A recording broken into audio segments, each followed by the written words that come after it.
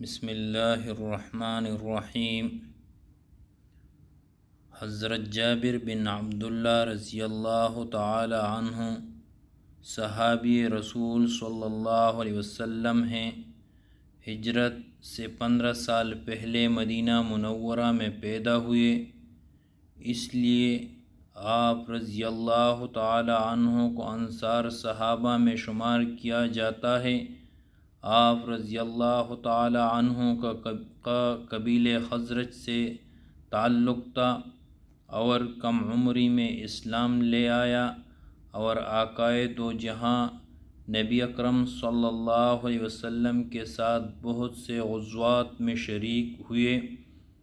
آپ رضی اللہ تعالیٰ عنہ خود خندق کا واقعہ بیان کرتے ہیں کہ ہم سب 3 دن سے کچھ نہیں کھایا تھا۔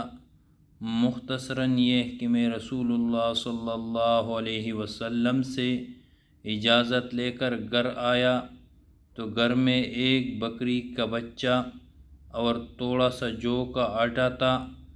بیوی کو تیار کرنے کے لیے کہا اور میں خود اللہ کے رسول صلی اللہ علیہ وسلم کے پاس آیا اور کہا کہ اے اللہ کے رسول، 2-3 آدمیوں کا کھانا میں نے تیار کیا ہے۔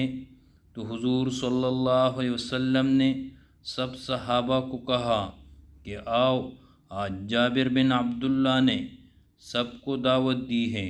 جابر بن عبداللہ رضی اللہ تعالی عنہ فرماتے ہیں کہ میں دوڑ کر گھر آیا اور بیوی کو کہا کہ اللہ کے رسول نے سب کو دعوت دی ہے۔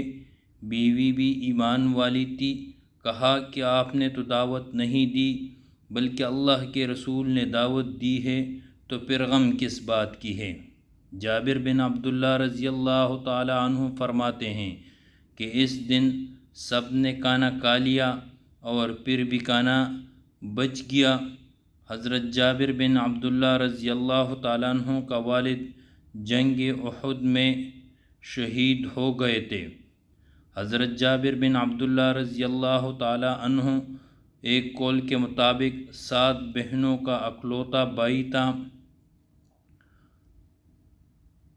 قبر کشائی 1932 عیسوی میں عراق کے شہر کے اس وقت کے بادشاہ شاہ فیصل کو خواب میں صحابی رسول حذیفہ بن یمانی کی زیارت ہوئی، جس میں انہوں نے بادشاہ کو کہا کہ بادشاہ، میری قبر میں دجلہ کا پانی آ گیا ہے اور جابر بن عبداللہ رضی اللہ تعالیٰ عنہ کی قبر میں بھی دجلہ کا پانی آ رہا ہے، چنانچہ ہماری قبر کشائی کر کے ہمیں کسی اور جگہ دفن کر دو۔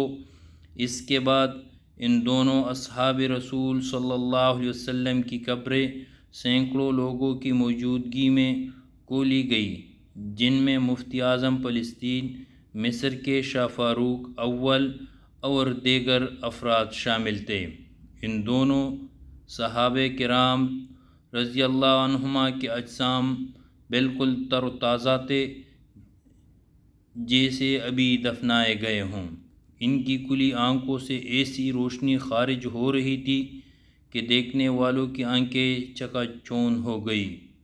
ہزاروں لوگوں کو ان کی زیارت بھی کروائی گئی، جن کے مطابق ان دونوں کے کفن تک سلامت تھے اور یوں لگتا تھا جیسے وہ زندہ ہو۔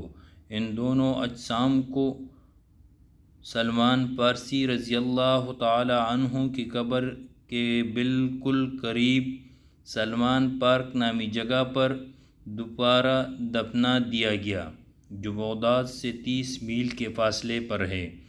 حضرت جابر بن عبداللہ رضی اللہ تعالی عنہ کو نبی اکرم صلی اللہ علیہ وسلم نے طویل عمری کی بشارت دی تھی۔ بشارت بموجب تقریباً 94 سال کی عمر پائی۔